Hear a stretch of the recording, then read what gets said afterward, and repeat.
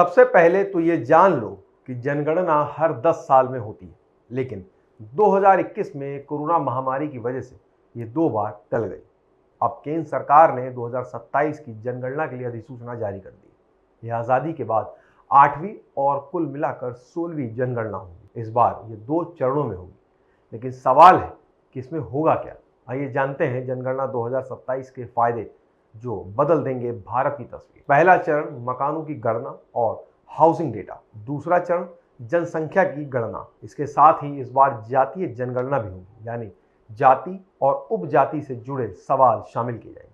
और हाँ, ये जनगणना पूरी तरह से डिजिटल होगी। इसमें मोबाइल ऐप और डिजिटल डिवाइस का इस्तेमाल होगा। कब और कहां से शुरू होगी जनगणना? बर्फीले पहाड़ों वाले इलाके जैसे जम्मू कश्मीर, लद्दाख, हिमाचल प्रदेश और उत्तराखंड, यहाँ जनगणना की संदर्भ तिथि 1 अक्टूबर 2026 होगी, यानी इस तारीख तक डेटा कलेक्शन पूरा हो जाएगा। देश के सभी बाकी हिस्से, मैदानी इलाके, इनके लिए संदर्भ तिथि 1 मार्च 2027 होगी। तो कुल मिलाकर पहाड़ी राज्यों में 1 अक्टूबर 2026 तक और मैदानी इलाकों में 1 मार्च 2027 तक जनगणना और जातीय जनगणना की प्रक्रिया पूरी हो जाएगी। जनगणना कोई छोटा मोटा काम नहीं है। इसमें लाखों लोग, ढेर सारी ट्रेनिंग और हाईटेक टेक्नोलॉजी शामिल होगी।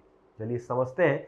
इस बार जनगणना में करीब 1.3 लाख जनगणना पदाधिकारी और 34 लाख प्रगणक या पर्यवेक्षक तैनात होंगे, यानी कुल मिलाकर लाखों लोग घर घर जाके डेटा इकट्ठा करेंगे। इन सभी को डिजिटल डिवाइस और मोबाइल ऐप चलाने की ट्रेनिंग दी जाएगी, क्योंकि इस बार जनगणना पूरी तरह से डिजिटल होगी। इस बार जनगणना में टेक्नोलॉजी का बोलबाला होगा। चलिए इस तकनीक के पहलुओं को देखते हैं। जनगणना का सारा डेटा मोबाइल एप्लीकेशन के जरिए इकट्ठा हो, ताकि नागरिक को खुद से अपनी जानकारी भरने का मौका भी मिले। यानी आप चाहें तो खुद डेटा अपलोड कर सकते हैं। सॉफ्टवेयर में जाति और उपजाति के लिए नए कॉलम जोड़े गए, ताकि जातीय जनगणना का डेटा भी इकट्ठा हो सके। डेटा का संग्रहण, प्रेषण और भंडारण पूरी तरह सुरक्षित होगा।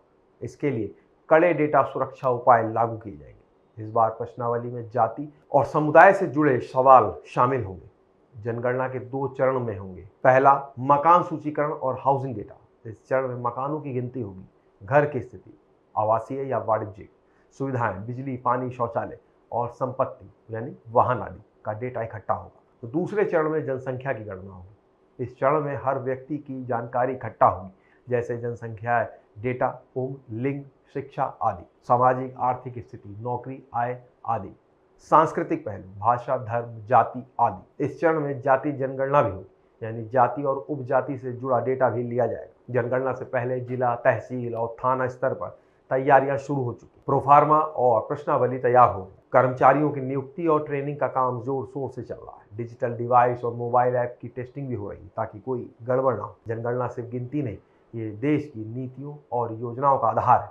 इससे सरकार को पता चलता है कि जनसंख्या कितनी और उसका बंटवारा कैसा है, लोगों की सामाजिक आर्थिक स्थिति क्या है, कितने लोग कहाँ रहते हैं और उनके पास क्या क्या सुविधाएं हैं। जातीय जनगणना से सामाजिक समावेशन और नीतियों को बेहतर बनाने में मदद मिलेगी। मोबाइल ऐप और स्वगणना का ऑप्शन इस बार जनगणना को हाईटेक बनाएगा। पहली बार इतने बड़े पैमाने पर जाति और उपजाति का डेटा इकट्ठा होगा।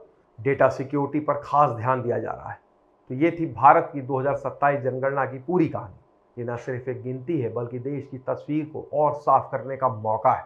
अगर आपके मन में कोई सवाल है तो नीचे कमेंट सेक्शन बॉक्स में मैसेज करें। हम आपके हर सवाल का जवाब देंगे। बने रहिए, क्योंकि ये जनगणना भारत के भविष्य को और बेहतर बनाने की दिशा में एक बड़ा कदम है। तो आज के वीडियो में इतना ही। इस वीडियो को लाइक करें, शेयर करें और चैनल को सब्सक्राइब करना ना भूलें। मिलेंगे एक नए वीडियो के साथ। नमस्कार।